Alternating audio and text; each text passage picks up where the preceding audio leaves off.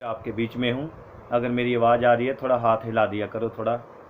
तो परमेश्वर का धन्यवाद करता हूँ आपके अच्छे चेहरे देखकर इस विपत्ति के बीच में। मेरा अपना एक तजर्बा है जो मैं ज़िंदगी में सीखता हूँ और रोज़ परमेश्वर से खाता है।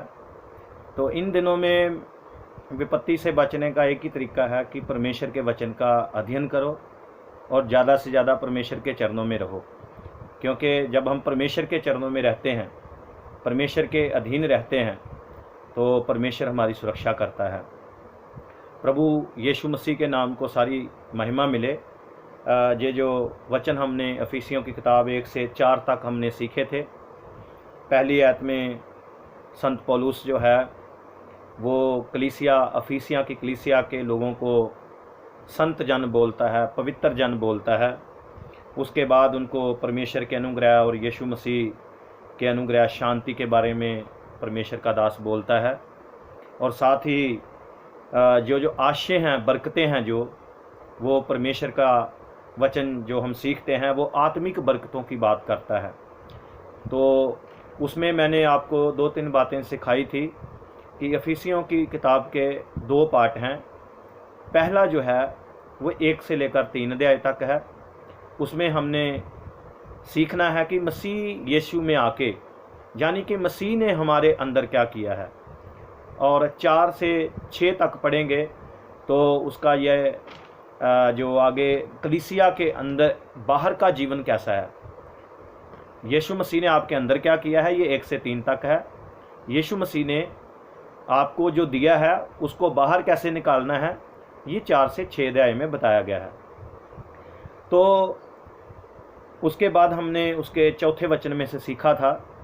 क्या सीखा था? जैसा उसने उसने हमें जगत की उत्पत्ति से पहले उसमें चुन लिया कि हम उसके निकट प्रेम में पवित्र और निर्दोष हों। जब हम परमेश्वर के साथ प्रेम करते हैं, परमेश्वर की आज्ञाओं में चलते हैं, परमेश्वर के मार्गों में चलते हैं, तो हमें वो पवित्र और निर्दोष करता है। हमने सीखा था कि पवित्र इंसान पवित्र आत्मा से होता है, यीशु मसीह के लहू से होता है, उसके वचन से होता है। और ये जो वचन है ये बहुत ही अद्भुत वचन है। जितने लोगों ने इसको सुना है उनके अंदर हलचल मची है। सीखने का परमेश्वर के साथ रिश्ता, समझने का रिश्ता बड़ा है उनका। प्रभु में मजबूत हुए हैं वो लोग जब उनको ये समझ लगा कि जगत की उत्पत्ति से पहले परमेश्वर ने आप और मुझको यीशु मसीह में आने के लिए चुन लिया था। लेकिन ये ज़बरदस्ती नहीं था, ये यीशु मसीह के द्वारा संभव हो पाया। तो चुने जाना ये सारे संसार के लिए था। पहले इस्राएलियों के लिए था, उसके बाद आज सारे संसार के लिए है। तो प्रभु का धन्यवाद है। आज फिर इस स्थिति में हम सीख रहे हैं। और एक और बड़ी अद्भुत बात आपको बताऊंगा। जब हम पिछले साल लॉकडाउन लगा था तब ये जो आज का जो मैसेज था ये 30/4/2020 को दिया था, लेकिन आज हम 4-5 दिन आगे निकल गए हैं। लेकिन मेरी दुआ है कि प्रभु यीशु मसीह का अनुग्रह आपके ऊपर लगा रहे। 2022 में ऐसा दिन कभी ना आए, परमेश्वर ऐसा कभी आने भी ना दे, यही मेरी फरियाद है। क्योंकि रेगुलर अफीसियों की किताब का ये अभिषेक है। मैं समझता हूँ ये प्रभु का अनुग्रह है, जहाँ मैं बोल रहा हूँ, परमेश्वर का वचन आपको सिखा रहा हूँ। अच्छे अच्छे टीचर हैं, अच्छे अच्छे अद्भुत दास हैं। प्रभु का धन्यवाद है कि वो अवसर देते हैं हमें सीखने का, बोलने का, आगे बढ़ने का। तो प्रभु सबको दयालु करता है हम पर। तो पिछले साल भी हमने सीखा था, आज भी ये सीख रहे हैं। तो ऐसे ही हमने आगे बढ़ते जाना है।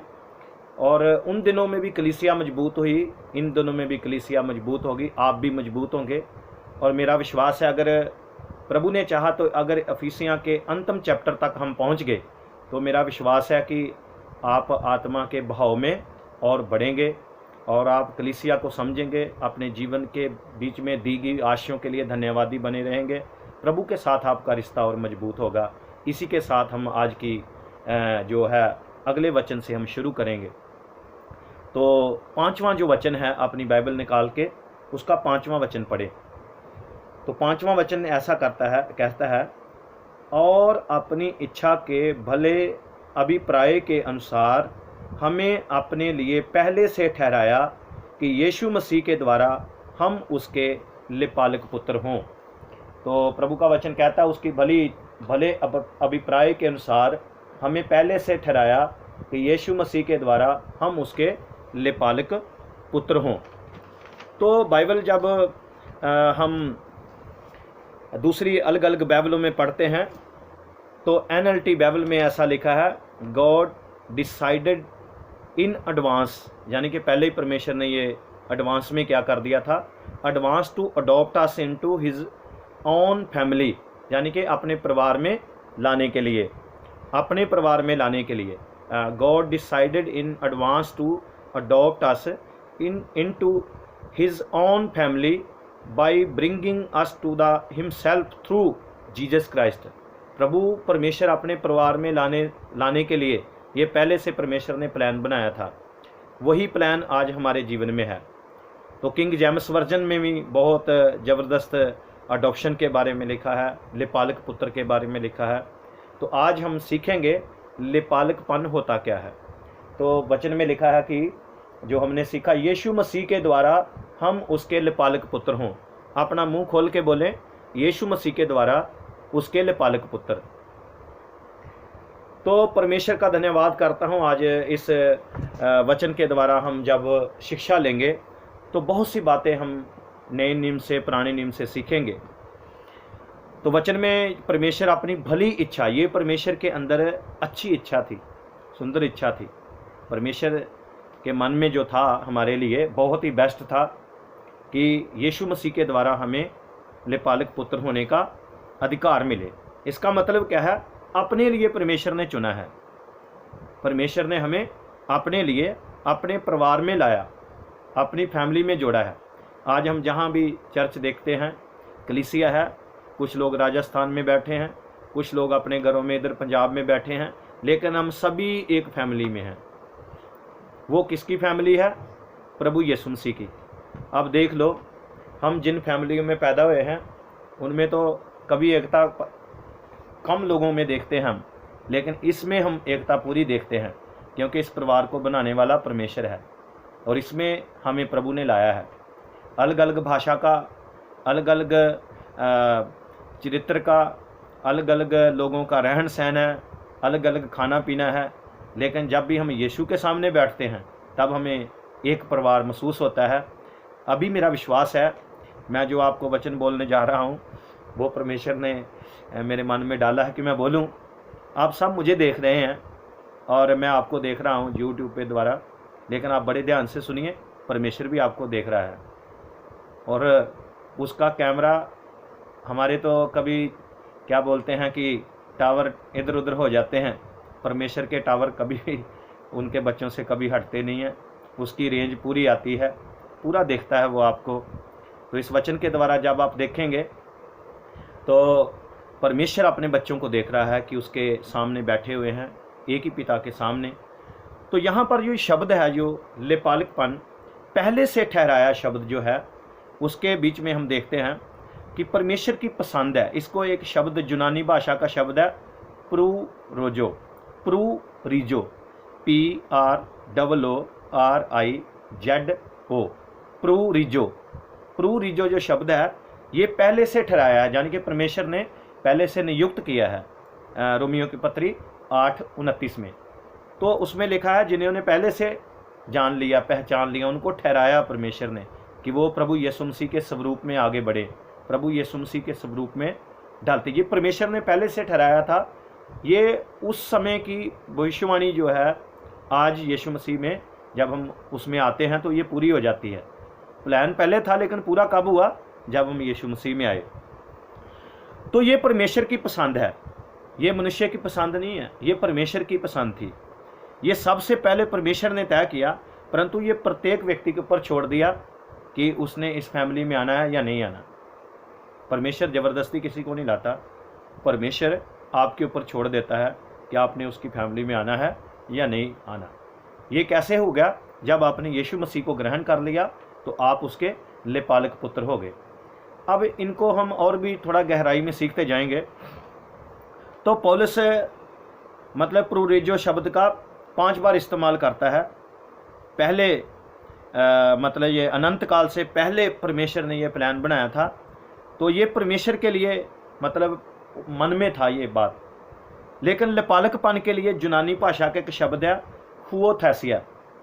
दूसरी जगह में जब पढ़ते हायोथेसिया करके बोलते हैं, तो HAITHESIA हायोथेसिया। तो ये यूनानी शब्द है। इहदा मतलब किया अपनी इच्छा के लिए। इसका मतलब है अपनी इच्छा के लिए। जो लिपालकपन शब्द है ना, ये परमेश्वर यूनानी भाषा में जब बाइबल पढ़ते हैं तो उसमें ये शब्द आता है हायोथेसिया। इसका मतलब है अपनी इच्छा के लिए। तो सबसे पहले ये इसराइल के लिए बोला गया था। परमेश्वर किसको अपना बोलता था? इसराइल को। रोमियो की पत्री उसका 9 का 4 उसमें से देखेंगे तो उसमें लिखा है परमेश्वर इसराइल को क्या बोलता है। ऐसा लिखा है, वे इसराइली हैं, लिपालकपन का अधिकार, महिमा, वाचाएं, व्यवस्था, उपासना और प्रतिज्ञाएं उन्हीं की हैं। तो ये लिपालकपन का अधिकार किनका था? इसराइलियों का। उसके बाद जब हम पढ़ते हैं तो ये विश्वासियों के लिए परमेश्वर बोलता है। पौलुस रसूल बोलता है लिपालकपन का अधिकार किसको मिला? अब विश्वासियों को मिला।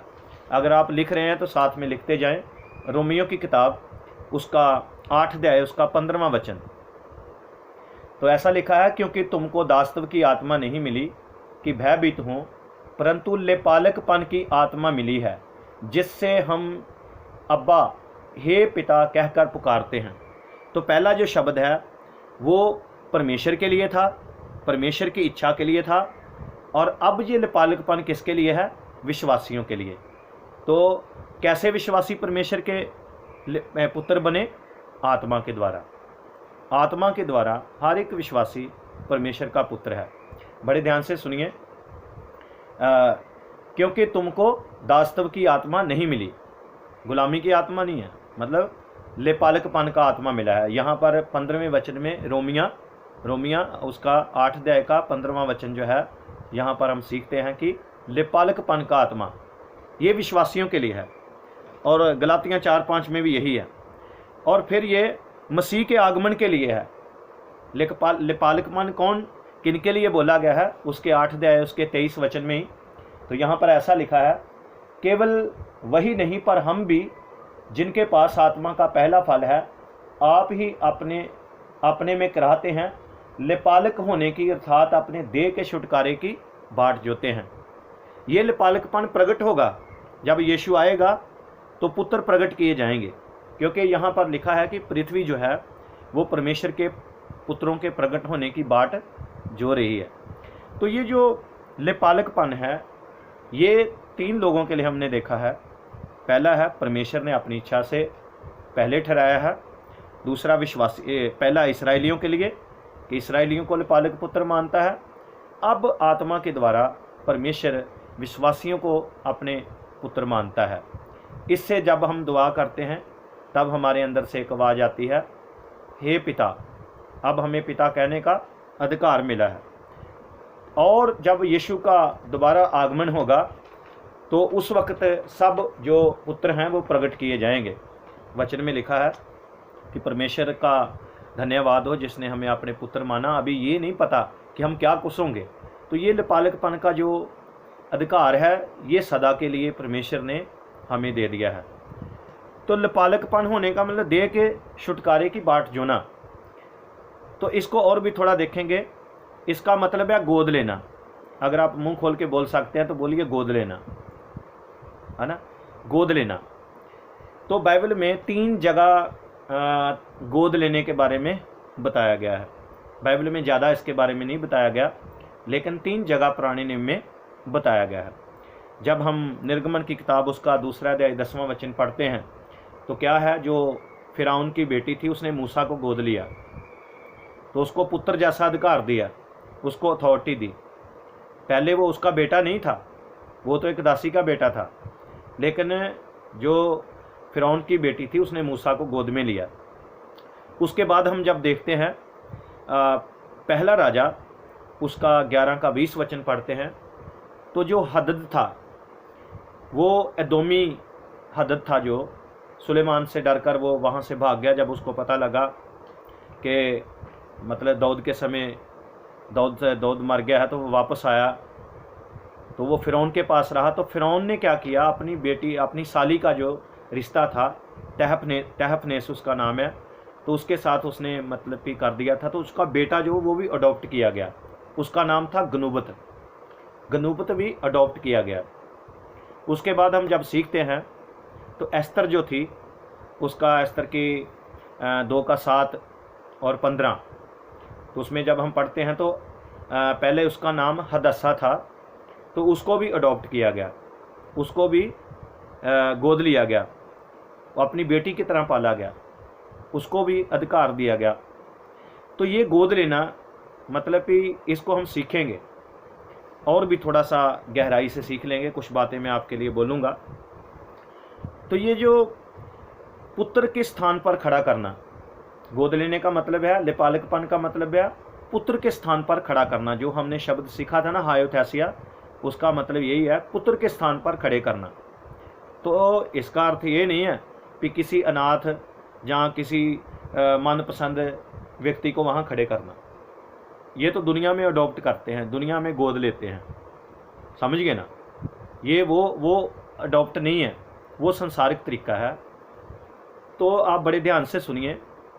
यहूदी लोग जो हैं, वो कोई भी बंदा, चाहे वो किसी भी जगह पैदा हो, यहूदी व्यक्ति, वो यहूदी ही गिना जाएगा, चाहे किसी भी देश में हो। लेकिन जब दूसरी जातियों को परमेश्वर ने उनके साथ मिलाया, उनके बराबर किया, तो इसी को लिपालक पुत्र बोलते हैं। परमेश्वर ने गोद लिया है हमें, परमेश्वर ने हमें अपने हाथ में लिया है। परंतु ये किन के ऊपर लागू होता है? जो परमेश्वर का वचन पढ़ते हैं, परमेश्वर के वचन को मानते हैं। वचन में लिखा है, जिनकी इंद्रियां अभ्यास करते करते क्या हो गई हैं, पक्के हो गए हैं, उनको परमेश्वर गोद लेता है। अब मान लीजिए कोई एमएलए हो, एमपी हो, तो वो गोद कौन से बच्चे को लेगा?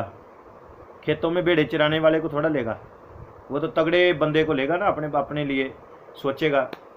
मतलब जो दुनिया का तरीका है, अगर वो अपने तरीके से बेटा बनाएगा तो वो सुंदर को, पढ़े लिखे को, या कई चीज़ों को। लेकिन परमेश्वर के पास ऐसा नहीं है। परमेश्वर ने पापियों को, गुनाहगारों को, गिरे हुओं को अपने बेटे बेटियां बनाने के लिए चुना है। अफीसियों की किताब इसके ऊपर जोर देती है कि विश्वासी के लिए परमेश्वर ने क्या किया है। तो पहली बरकत हमने देखी थी कि उसने जगत की उत्पत्ति से पहले हमें चुन लिया, और दूसरी बरकत क्या है? लिपालकपन होना, उसके बेटे बेटियां बनना, गोद लिए जाना। तो पुत्र के स्थान पर आप खड़े हो गए हैं। जब परमेश्वर ने आपको गोद में ले लिया, तो अब किसके स्थान पर खड़े हैं आप? पुत्र के स्थान पर खड़े हैं। और पुराने नियम में जब हम पढ़ते हैं तो वचन में लिखा है कि जो बाप जो था वो बेटे को जिम्मेवारी देता था। पहले नहीं, छोटे बच्चे को थोड़ी जिम्मेवारी देंगे, अब छोटे बच्चे को आप घर की थोड़ी जिम्मेवारी देंगे। तो जब गलातियाँ की किताब 4:4 पढ़ते हैं, 4:1 से 7 तक पढ़ते हैं, तो वहाँ लिखा है कि जब तक बेटा जो बच्चा है, तो उसमें और दास में कोई फ़र्क नहीं है। तो ये छोटे बच्चे की गोद लिए जाने की बात नहीं है, ये उसकी बात है जो जिम्मेवारी को समझता है, जिसको एहसास है और जो निभा सकता है। परमेश्वर आपको कब पुत्र बनाता है? जब आप समझदार हो जाते हैं, यानी कि पाप और भले और बुरे की बात को समझते हैं। परमेश्वर आपके ऊपर प्रकट करता है इस बात को, उसको पुत्र बनाता है जो क्रूस को समझता है, जो यीशु मसीह में आता है। वचन में लिखा है, हमने जो पढ़ा था कि उसके लिपालक पुत्र होने के लिए यीशु मसीह के द्वारा। तो यानी कि जो बंदा यीशु को समझता है वही परमेश्वर का पुत्र है। हाँ, आगे बढ़ते तो अंग्रेजी की बाइबल में जो पुत्र शब्द मिलता है ना, अंग्रेजी की बाइबल से भी पढ़ी, अंग्रेजी की बाइबल में हम पढ़ते हैं तो वहाँ उसमें क्या मिलता है? पुत्र शब्द मिलता है। जो इंग्लिश में आप कोई भी बाइबल पढ़ लो उसमें सन लिखा होगा, लेकिन यूनानी भाषा में ये 3 शब्द प्रयोग किए गए हैं। तो पहला शब्द है टेक्नियोन। टेक्नियोन है TECKNION। तो इसका मतलब है ये बालक के लिए प्रयोग हुआ शब्द जो है। टेक्नियोन शब्द जो है ये बालक के लिए प्रयोग किया गया है। दूसरा शब्द है टेक्नोन, ठीक है। अब एक हमारे पास फ़ोन भी चलता है, उसका भाषा मतलब उसी में शब्द वो बोला गया है टेक्नो, लेकिन वो अलग है, ये अलग है। टेक्नोन, टेक्नोन है सियानेपन की ओर अग्रसर पुत्र के लिए, जो अभी जिम्मेदार व्यक्ति नहीं बना, जिसे हम बेटा कहते हैं। वो अभी बेटा है लेकिन अभी सियानेपन की ओर बढ़ रहा है, इसको टेक्नोन बोलते हैं। दूसरा जो तीसरा शब्द है हायोस, हायोस है HAIOS, जो जिम्मेदार व्यक्ति बन गया है, अर्थात लिपालकपन के लिए, जहाँ जिसके लिए मतलब पिता ने घोषणा कर दी है, उसके लिए ये हायोथैसिया शब्द इस्तेमाल होता है। पुत्र एक शब्द है पुत्र के लिए, एक है जो बंदा अभी सियाना हो रहा है, आगे बढ़ रहा है, लेकिन अभी जिम्मेवारी नहीं ले सकता। तो दूसरा शब्द हायोसिया जो इस्तेमाल किया है वो उसके लिए है जो जिम्मेदारी संभाल सकता है। तो परमेश्वर को पता है कि आज अगर चर्च में हैं तो परमेश्वर को पता है कि ये बंदा ये काम कर सकता है, इसलिए वो कलीसिया में कितने कितने लोगों को वरदान देता है, आशीषें देता है, बरकतें देता है, क्योंकि लोग समझते हैं परमेश्वर उनको देता है, तो वो समझते हैं, ये पुत्र ही समझ सकते हैं। तो बाइबल जब इस प्रकार हम कह सकते हैं कि पहला जो शब्द है उसका मतलब है टेक्नो, दूसरा टेक्नियन, इसका मतलब युवक, और तीसरा है हायोस, जिसका मतलब है लिपालक पुत्र, गोद लिया हुआ पुत्र। तो जहाँ भी मतलब कि बाइबल लिखी गई, जहाँ पर बाइबल का सारी घटनाएं हुई, तो वहाँ जो बालक है वो पुत्र कभी भी लिपालक के पुत्र के रूप में नहीं समझा जाता था, क्योंकि सारे उसके पुत्र थे।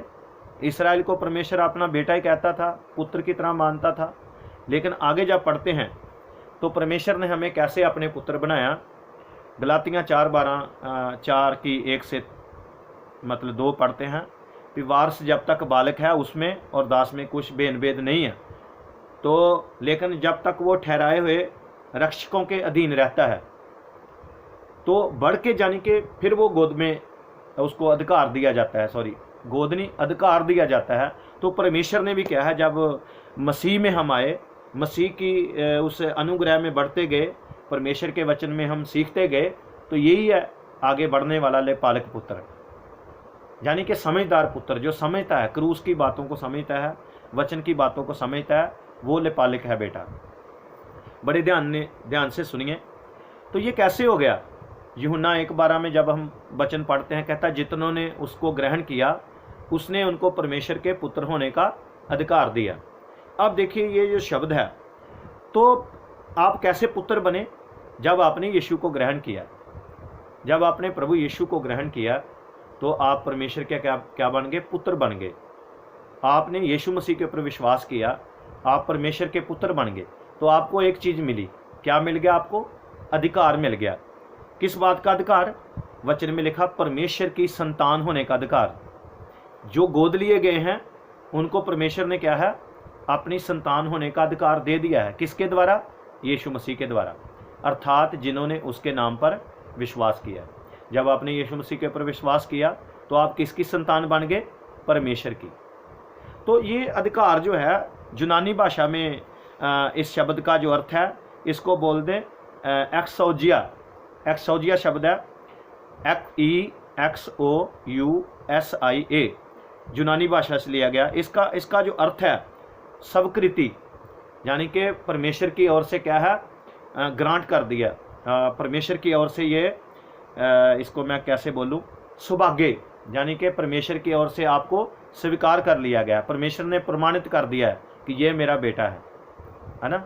हम जब कई वक्त घरों में झगड़ा होता है ना, कई वक्त परिवार में, तो कई लोग बोलते हैं ना, तू नहीं मेरा बेटा, तू नहीं मेरा बेटा।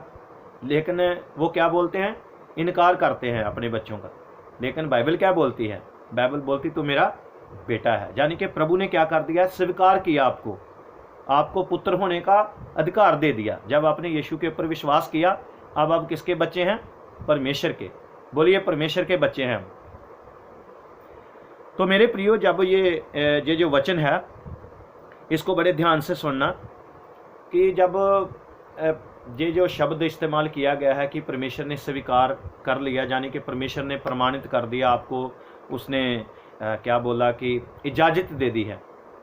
तो इसका जो और भी एक, जैसे ग्रीन लाइट नहीं होती, जैसे हम किसी ट्रैफिक में जाते हैं तो ग्रीन लाइट जगती है, तो अब क्या होता है, हम क्रॉस कर सकते हैं। तो यही है, मसीह में आकर आप जब गोद लिए जाते हैं तो आप स्वर्ग की सारी आशाएं यीशु मसीह के द्वारा, पवित्र आत्मा के दान वरदान, महिमा, बुलाया जाना, चुने जाना, सब कुछ हो जाता है उसमें।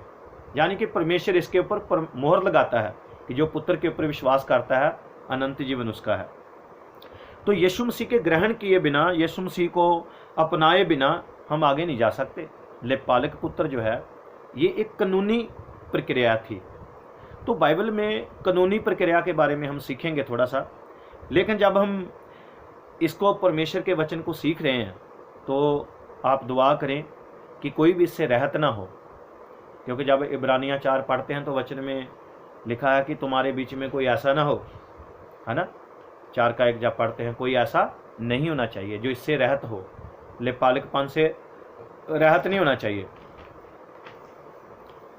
प्रभु यीशु मसीह के बारे में जब हम नया नियम पढ़ते हैं, मत्ती 3:16, तो लूका की अंजील में भी 3 अध्याय में यही सिखाया गया है। जब यीशु का बपतिस्मा हुआ तो यीशु पानी में गया, लेकिन उससे पहले यीशु मसीह क्या थे? यीशु मसीह एक मनुष्य थे, एक तरखान थे, जिसको हिंदी में बड़ई बोलते हैं, बड़ई का, तरखान का बेटा। लेकिन जब यीशु पानी में गया तो उस वक़्त स्वर्ग खुला और ऊपर से आवाज़ आई, ये मेरा प्रिय पुत्र है। क्या यीशु मसीह के बारे में जब स्वर्गदूतों ने बोला था कि ये मेरा प्रिय, वो परमेश्वर का पुत्र कहलाएगा, तो क्या यीशु पहले पुत्र नहीं था? पहले भी पुत्र था। लेकिन ये जो प्रभु यीशु मसीह के जीवन के बारे में, यहाँ से एक सेवा शुरू होती है। जब पुत्र को प्रकट किया परमेश्वर ने, अब पूरे संसार में परमेश्वर ने प्रमाणित कर दिया, सबके सामने खुले मैदान के बीच में प्रभु ने बोल दिया, परमेश्वर पिता ने बोला, ये मेरा प्रिय पुत्र है। तो प्रभु सब कुछ उस वक़्त बदल गया। पहले क्यों नहीं था? अब देखिए, प्रभु जल्दबाजी में नहीं था। प्रभु ने 30 साल गुजार दिया। अभी कई वक्त जो नए बच्चे सेवा में आते हैं, जो प्रचार करते हैं, अगर आप सेवा करना चाहते हैं तो इंतज़ार कीजिए जब तक परमेश्वर आपको प्रमाणित ना कर दे, आप पूरी रीति से श्योर ना हो, सेवा के लिए मत निकलो। समझिए, कई लोगों को तो अभी भी शक पड़ा है कि हम प्रभु के पुत्र हैं या नहीं है। तो दुआ पता कैसे करते हैं? भिखारियों की तरह, हे परमेश्वर अगर तू देना चाहता तो दे दे, है ना। तो ये शक्की लोग होते हैं, ये ऐसे लटके रहेंगे आधी उम्र तक, जब तक आप पूरी रीति से श्योर नहीं होते। आपको समझना है बाइबल क्या कहती है। अगर आप पुत्र हैं तो हक से मांग सकते हैं, हाथ उठा के हालेलुया बोले। तो जब परमेश्वर ने, उस वक़्त क्या लोग मर नहीं रहे थे, मुर्दा, कई लोग कोढ़ी भी थे, कई लोगों को पीठ दर्द भी होती थी, दुष्ट आत्मा भी अपना काम करती थी, है ना, अंधे भी अंधे ही थे, लंगड़े भी लंगड़े थे।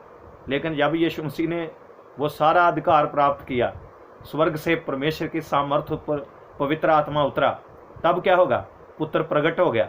और बाइबल में लिखा, यीशु आत्मा से भरकर गलील को जब आया तो गलील का इलाका में सब हलचल मच गई।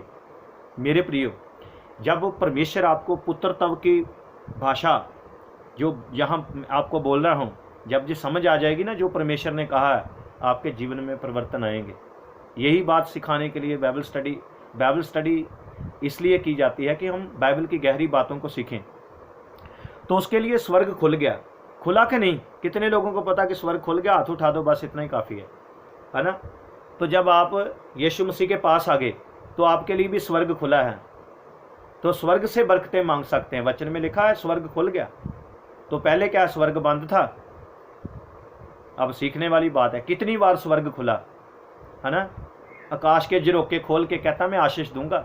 ये जो लोग दशवांश देते हैं ना, उनके लिए है, कंजूसों के लिए नहीं।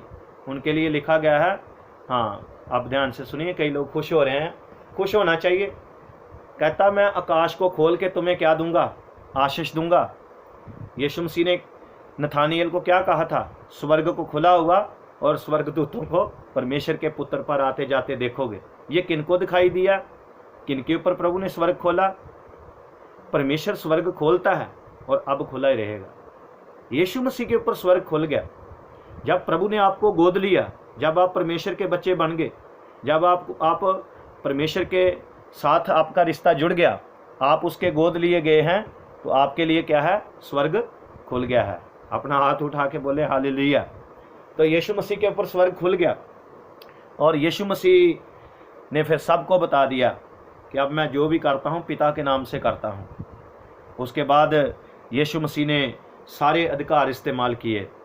दूसरा करंथियाँ 6:18 में कहता है, हे मेरी प्रजा के लोगों, उनमें से निकल आओ, फिर मैं तुम्हारा पिता बनूंगा, तुम मेरे बेटे बेटियां बनोगे।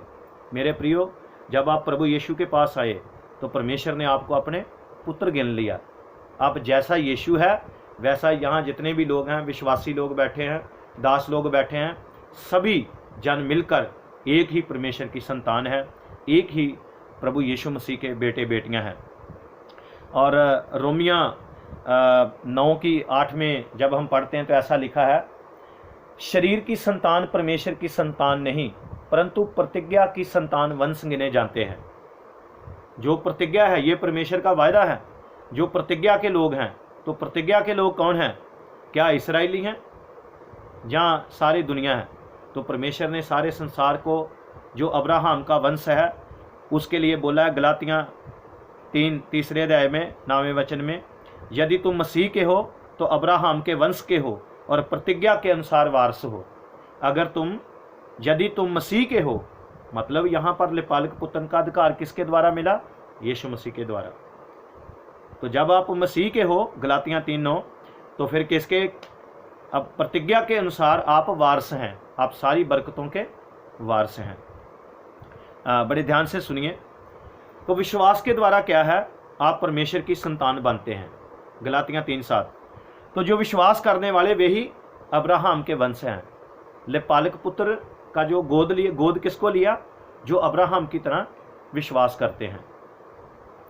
गलातियाँ की किताब 3:26 में भी जब पढ़ते हैं तो वचन में लिखा है, यीशु मसीह के ऊपर विश्वास करने के द्वारा तुम सब परमेश्वर की संतान हो।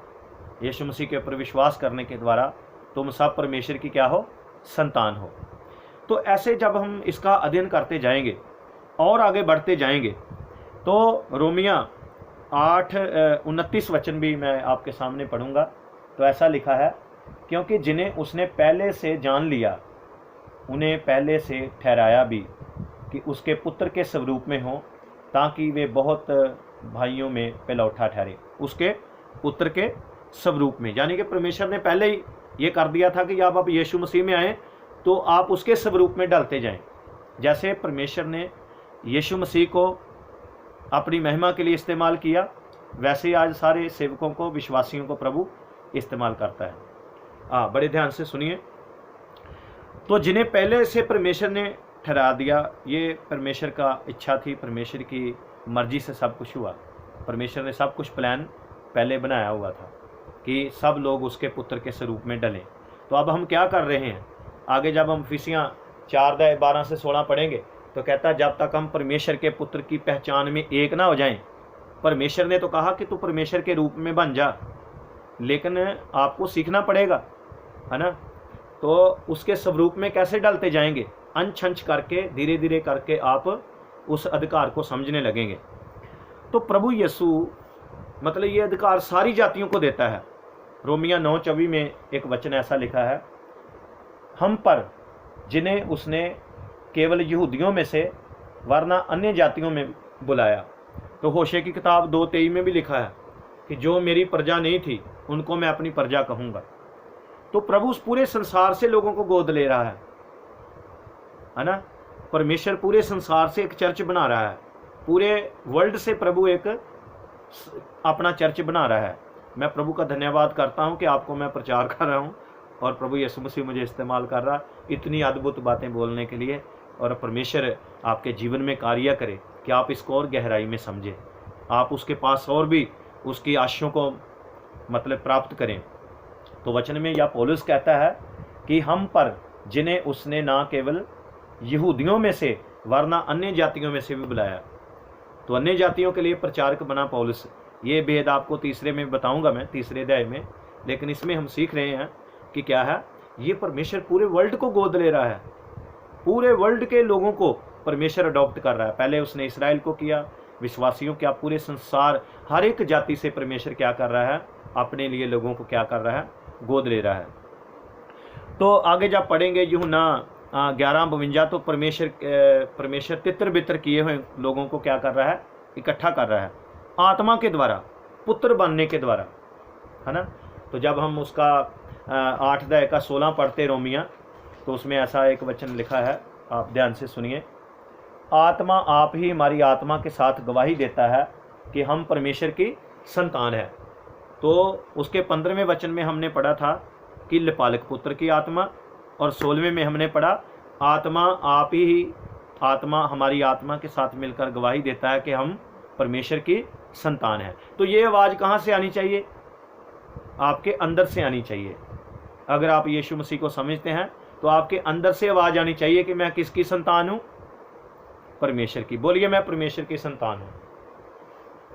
हाँ, तो बड़े ध्यान से सुनिए, जब आप दुआ करनी है, प्रार्थना करनी है, तो आप परमेश्वर के बेटे बेटियां अधिकार के साथ प्रार्थना करें। आपको परमेश्वर ने बेटे बेटियां होने का अधिकार दिया है। तो ये लिपालकपन की आत्मा है, ये परमेश्वर की ओर से लिपालकपन की, यानी कि गोद लिए व्यक्ति को परमेश्वर ने अपना आत्मा दिया है। यीशु मसीह ने अधिकार दे दिया पुत्र होने का, कि अब तुम मेरे नाम से जो कुछ पिता से मांगोगे वो होगा तुम्हारे लिए। लेकिन इसको समझना कैसे समझना है, बहुत सी बातें हैं। तो हमें परमेश्वर के पास के कैसे जाना चाहिए, एक बेटे के समान, एक बेटे की तरह उसके सामने जाए।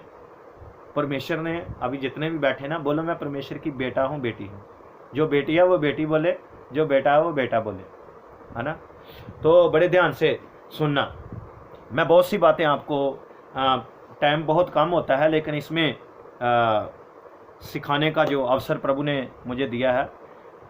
तो और मैं एक व्यक्ति का नाम है SDF सैलमुंड, उसने अवलोकन किया किसी बच्चे का किसी ऐसे परिवार ने कानूनी हस्तांतरण के अर्थ जिसमें उसने जन्म लिया हो, गोद लेने का यहूदी व्यवस्था में कोई स्थान नहीं था।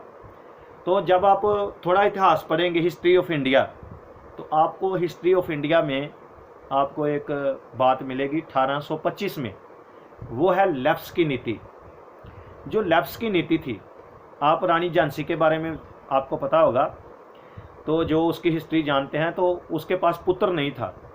तो जब उसने पुत्र गोद में लिया तो अंग्रेज़ों ने उसको पुत्र को मतलब नहीं माना। वो कहते नहीं, गोद लिए बच्चे को हम अधिकारी नहीं मानेंगे। तो आप देखो कितना बुखेड़ा खड़ा हुआ था, कितना इतिहास पलट गया सारा। तो 1825 में 1851 तक ये सारा कुछ चलता रहा, मतलब कि ये 1851 तक चलता रहा, ये बहुत कुछ चला, ये अधिकार ऐसे ही चलता रहा और बहुत से राज्य उन्होंने छीन लिए। लेकिन वो मानने के लिए तैयार नहीं थे कि वो गोद लिए बेटे को नहीं मानते थे, इसलिए झांसी ने विद्रोह कर दिया था अंग्रेज़ों के खिलाफ। लेकिन मेरे प्रियो, हमें कोई माने चाहे ना माने, हमें किसी से लेना देना नहीं। परमेश्वर हमें अपनी संतान मानता है, हमें किसी से कोई पूछने की ज़रूरत नहीं है। परमेश्वर आपको और मुझको अपनी संतान मानता है। हमें कोई शक नहीं है, लोगों को शक हो वो अलग बात है, हमें कोई शक नहीं है, क्योंकि वचन ऐसा बोलता है।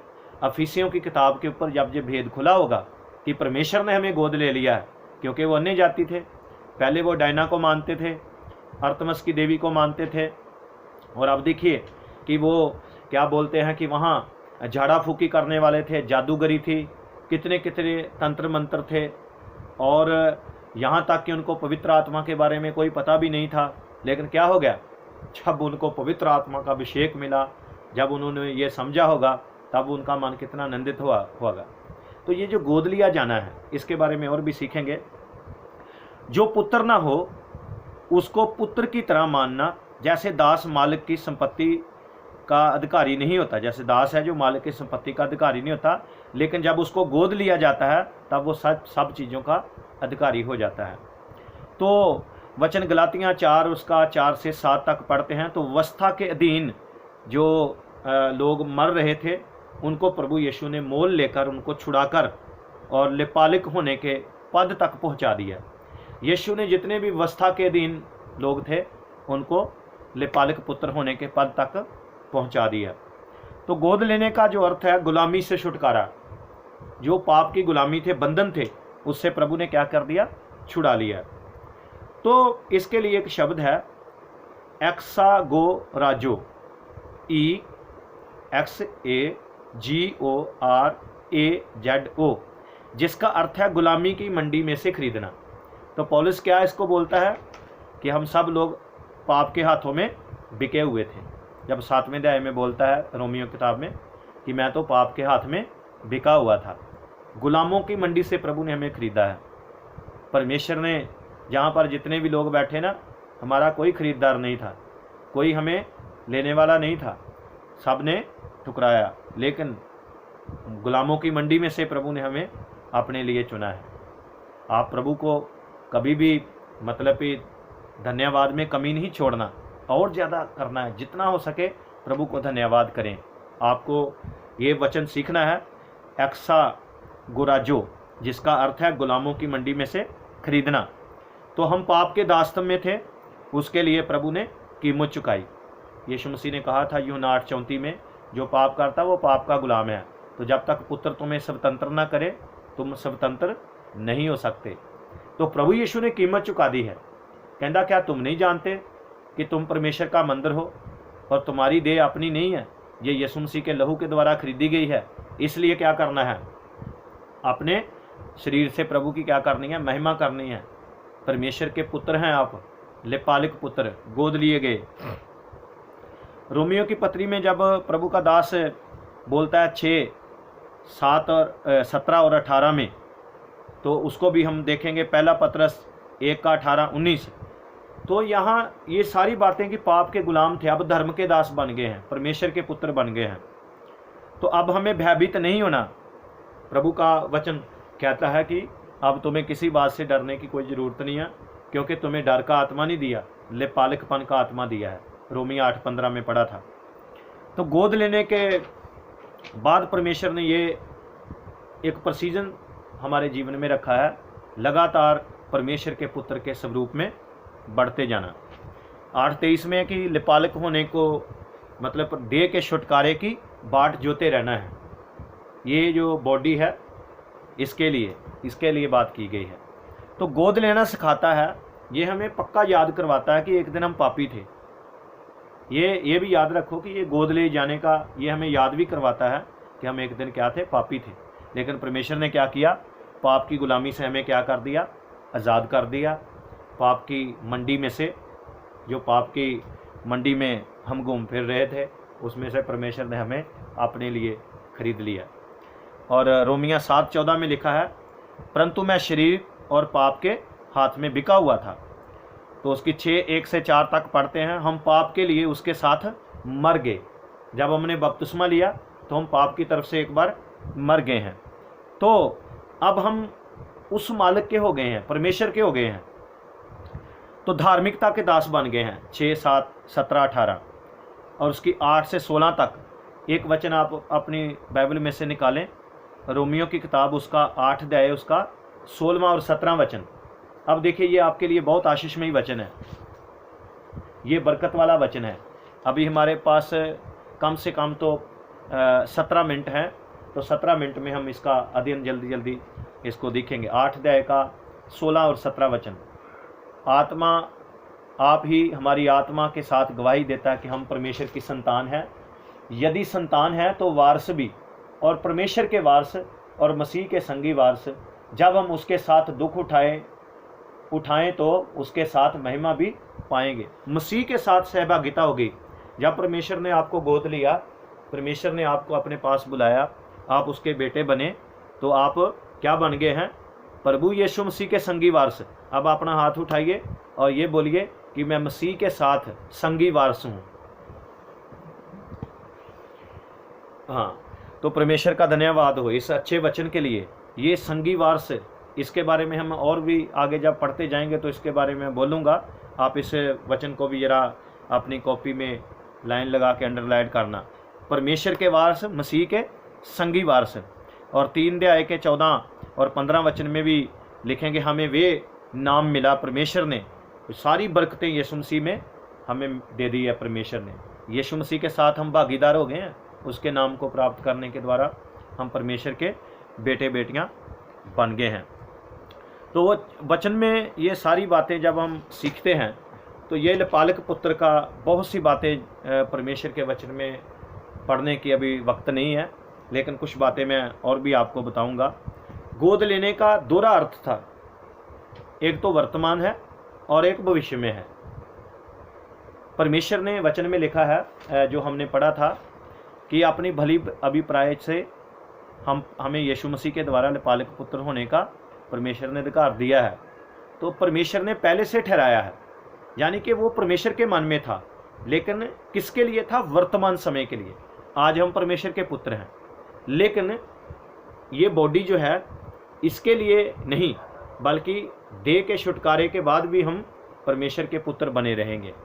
ये गोद प्रभु ने सदा के लिए लिया है, ये 4 दिन के मेहमान नहीं है, हमेशा के लिए प्रभु ने आपको अपने लिए गोद लिया है। तो परमेश्वर का कार्य मतलब हमें क्या बताता है? क्या परमेश्वर ने हमारे लिए किया है? कि हम सियाने बने, बुद्धिमान बने, इस अधिकार को इस्तेमाल करें। अब आप परमेश्वर के, प्रभु ने आपको गोद लिया है तो आप अच्छे काम करो, आप अच्छे विश्वासी बन के जियो, चर्च की मर्यादा को संभाल के रखो, है ना। अब आप परमेश्वर के पुत्र हो तो परमेश्वर के पुत्र ही बने रहो। तो गोद लेना यहाँ पर हमें भविष्य के बारे में बताता है कि रोमिया 8:23 में भी हम पढ़ते हैं। तो बहुत सी बातें हैं कि परमेश्वर ने पहले से ये प्लान किया था, लेकिन ये वर्तमान के लिए भी था और भविष्य के लिए था। वर्तमान हमारे लिए है, भविष्य आने वाले और भी कई लोग इसमें जुड़ेंगे, और भी कई लोग इसमें जुड़ेंगे। अभी ये गोद लिया जाना बंद नहीं हुआ, परमेश्वर बहुत से लोगों को गोद ले रहा है। परमेश्वर का धन्यवाद हो कि आपको भी गोद लिया है और आपको भी परमेश्वर ने क्या है? अडॉप्ट किया है। तो गलातिया की किताब 1 से 7 तक पढ़ते हैं तो लिखा है कि जो बालक है, जब तक वो बच्चा है, उसमें और दास में कोई भी फर्क नहीं है। तो जब आप मतलब प्रभु आपको अडॉप्ट करता है तो आपको समझना है कि मुझे परमेश्वर ने अपने पास बुलाया, अपनी इच्छा से मुझे परमेश्वर ने क्या किया है? अपने पास रखा है। लेकिन क्या करना है? आपको रक्षकों के अधीन चलना है। आपको गोद तो ले लिया है, जैसे एक बच्चा है ना, तो दुनियादारी की भाषा में जब हम बच्चे को गोद लेते हैं तो वो उसको नहीं पता कि मेरे पास कौन कौन सी बरकतें हैं। तो आज कई विश्वासी हैं बच्चों की तरह ही हैं। उसने करंथिया की कलीसिया को भी झिड़का, उनको भी डांटा, कहता मैंने तुम्हें अन्न नहीं खिलाया, मैंने तुम्हें अभी दूध ही पिलाया है क्योंकि तुम खाने के अभी लायक नहीं हो। और इब्रानिया की कलीसिया को भी उसने बोला कि चाहिए था कि तुम गुरु हो जाते, यानी कि सियाने बनो, परमेश्वर में आप मजबूत बनो, बाइबल को पढ़िए। सारा दिन आपको दिया परमेश्वर ने, कितनी भाग दौड़ की है। आप तो प्रभु की दया से अच्छा लॉकडाउन लगा है, आराम से पढ़िए, कोई ज़बरदस्ती नहीं है। इसको ध्यान से इसका अध्ययन कीजिए। गोद लिए जाने का कितनी आशय हैं, लेकिन जब वही पुत्र जवान हो जाता है वो सारी चीज़ों को क्या बन जाता है? अधिकारी बन जाता है। जब आप बाइबल में पढ़ते जाओगे, फीसियों की पत्री, इनकी आशय पढ़ते जाओगे, तो आप भिखारियों की तरह दुआ नहीं करेंगे, समझिए ना। जैसे मान लीजिए आपको कोई कपड़े चाहिए, तो कपड़ों के लिए परमेश्वर के पास तो सारी सृष्टि उसकी है। वचन में लिखा सोना चांदी जगत की सारी भरपूरी मेरी है। तो आपको वचन में साफ लफ्ज़ों में ये कहा गया है कि क्या करें? आप चिंता ना करें। क्या ना करें? आप चिंता ना करें। हम क्या खाएंगे, क्या पिएंगे, क्या पहनेंगे। आजकल के विश्वासी है ना अधूरे होते ना, कभी कभी चर्च आने वाले, तो उनके अंदर टेंशन पाई जाती है। लेकिन जो गोद लिए हैं ना, जिनको अधिकार का पता है, वो तो हमेशा खुश रहते हैं। प्रभु उनको आशीष भी देता है, चाहे उनके पास आशीष हो चाहे ना हो, लेकिन वो उनको एक ही पता है कि हम परमेश्वर की संतान हैं। आप राजा के बेटे हो, राजा की तरह रहे हो। पुट्ठे काम करके, गड़बड़ करके आप लोगों के सामने अपने पिता का निरादर ना करें। आप परमेश्वर के गोद लिए हुए हो। अब आप दुनियावी पिता के नाम से नहीं जाने जाते, आप स्वर्गीय पिता के नाम से स्वर्ग में जाने जाते हैं। यीशु के लिए स्वर्ग खुला था तो स्वर्ग आपके लिए भी खुला है। यीशु मसीह को अधिकार मिला था तो अधिकार कलीसिया को भी मिला है।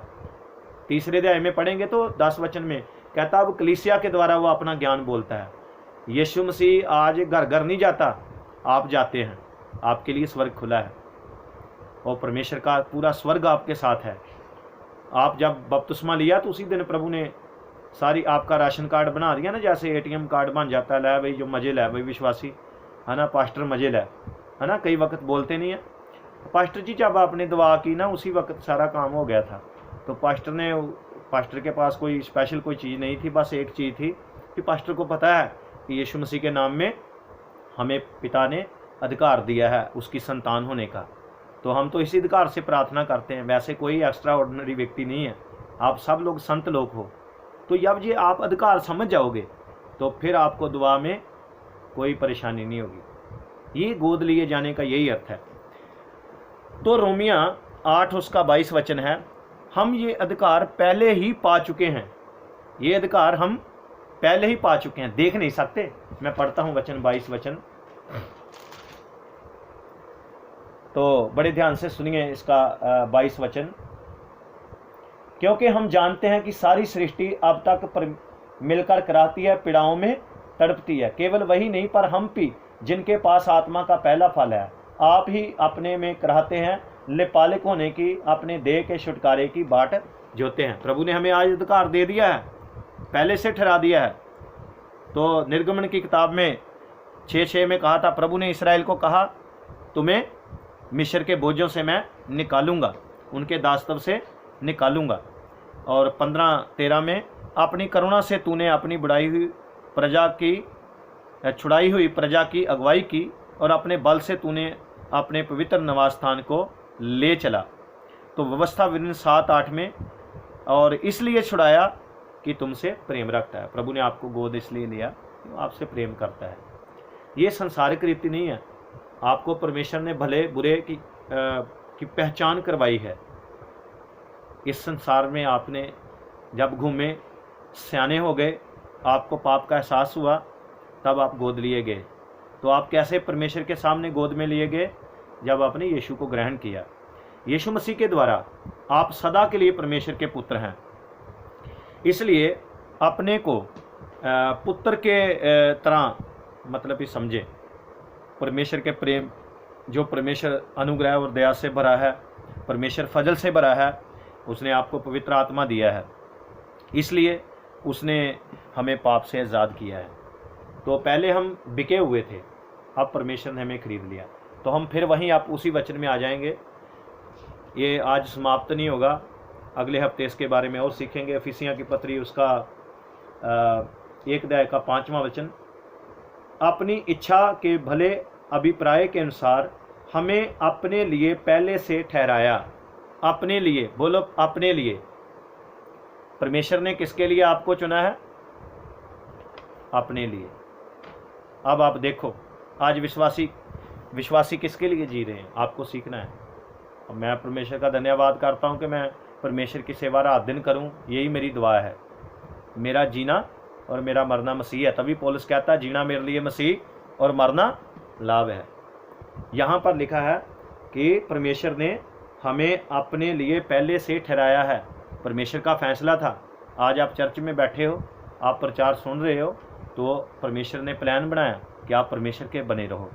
इसलिए कोई भी कदम उठाने से पहले आप थोड़ा ध्यान दीजिए कि परमेश्वर ने किसके लिए आपको चुना है। आप परमेश्वर के चुने हुए हैं। बेशक पास्टर ने बपतिस्मा दिया है, लेकिन परमेश्वर की इच्छा थी कि आप उसके बेटे बनो। परमेश्वर ने आपको चुना है। इसलिए शादी करते समय, कोई भी पृथ्वी पर काम करते समय, आप ध्यान से सुनिए कि आपका बाप आपके लिए कैसी दुल्हन चाहता है। जब परमेश्वर ने इसहाक के जीवन के बारे में इतना लंबा हिस्ट्री हमें दिया है, उत्पत्ति की किताब उसके 24 अध्याय में, तो वहाँ पर क्या लिखा है, वो अपने पुत्र के लिए कैसी दुल्हन ढूंढता है। समझ गए ना? जब आप शादी करते हो ना, तो आपको बड़े ध्यान देना है कि आप किसके बेटे हैं। आप गोद लिए गए हैं। आपको प्रभु ने अपने लिए चुना है। आप अपने लिए नहीं काम करना, पर अपने बाप के लिए काम करना है। मैं जो सेवा करता हूँ, मैं पिता की सेवा कर रहा हूँ। आपको बोल रहा हूँ वचन, मैं भी पिता की बातें आपको बोल रहा हूँ। मैं अपने पिता के लिए काम कर रहा हूँ। मेरे प्रियो, परमेश्वर ने आपको अपने लिए चुना है। इसलिए कोई भी काम आप जो कर रहे हैं, जहाँ भी आप रहते हैं, किसी भी जगह में आप रह रहे हो तो बड़े ध्यान से सुनिए, क्या आपके पिता को आपकी कुछ बातें पसंद है? अगर आपको गोद लिया गया, आप इतनी आशीषों के मालिक हैं, इतनी बरकतों के मालिक हैं, आपको प्रभु ने कहाँ से कहाँ उठा के खड़ा कर दिया, लेकिन क्या आज इस शाम के वक्त आप उस बाप की आराधना करते हैं? क्या आप उसे अब्बा अर्थात हे पिता कह के उसकी दुहाई देते हैं? क्या आप उसका आदर करते हैं? क्या आज आपका करैक्टर कहीं ऐसा तो नहीं हो गया कि आप अपने अधिकारों से दूर जा रहे हो? मेरे प्रियो, आप पुत्र के द्वारा, यीशु मसीह के द्वारा पहले से ठहराए गए हैं, नियुक्त किए गए हैं, गोद लिए गए हैं। इसलिए कोई भी काम करते हो तो एक बात हमेशा अपने पल्ले बांध लो कि आपको परमेश्वर ने अपने लिए ठहराया है। आप प्रभु यीशु मसीह के हो, आप परमेश्वर के चुने हुए हो, आप खुदावन यीशु मसीह के लहू के खरीदे गए लोग हो।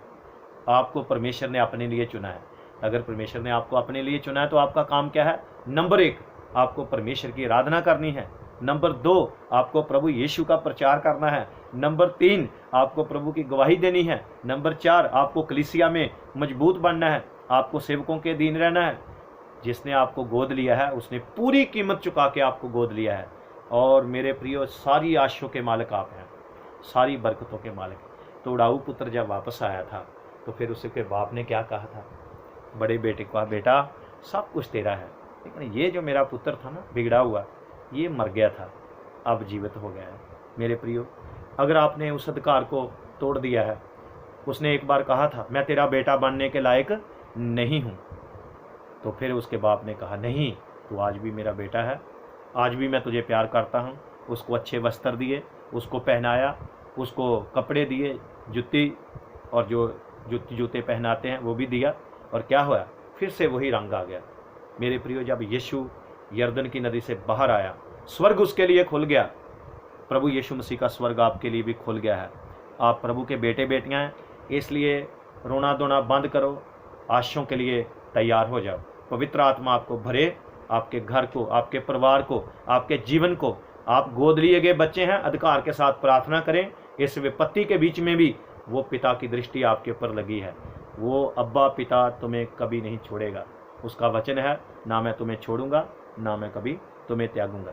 एक बार अपने आसपास के जगह को भर दीजिए और मुंह से खोल के बोलिए, मैं परमेश्वर का पुत्र हूं।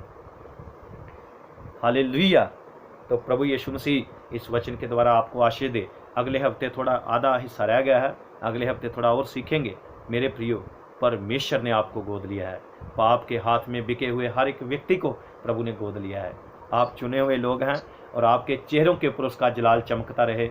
और आज जब बिस्तर के ऊपर जाओ तो अपने सराहना जब रखोगे तो एक बात घमंड से बोलना, प्रभु मैं आपके ऊपर घमंड करता हूँ कि आपने मुझे चुना है। मेरे जैसे व्यक्ति को प्रभु आपने चुना है। कोई मुझे पसंद करता या ना करता वो अलग बात है, लेकिन आपने अपने पुत्र यीशु मसीह के द्वारा मुझे चुना है। इसके लिए मैं आपका धन्यवाद करता हूँ। प्रभु यीशु मसीह आपको आशीष दे, प्रभु यीशु मसीह अनुग्रह दे। और मेरी आपको बेनती है, जब ये वीडियो बंद होगी तो आपने क्या करना है, मेरे व्हाट्सएप पर मुझे फीडबैक देते रहना कि मुझे पता लगे कि आपको कैसा लगा, कैसे आपने सीखा है। अगले हफ्ते इस स्टडी को और जारी रखेंगे और पवित्र आत्मा आपको सहायता करे। फिर से मैं बोल के समाप्त करता हूँ जो वचन हमने पढ़ा था कि उसने अपनी भली इच्छा के अभिप्राय के अनुसार पहले से ही ठहरा दिया। अपने लिए प्रभु ने चुना है कि यीशु मसीह के द्वारा लेपालक पुत्र हों। यीशु मसीह के द्वारा हम उसके बेटे बेटियां बने हैं।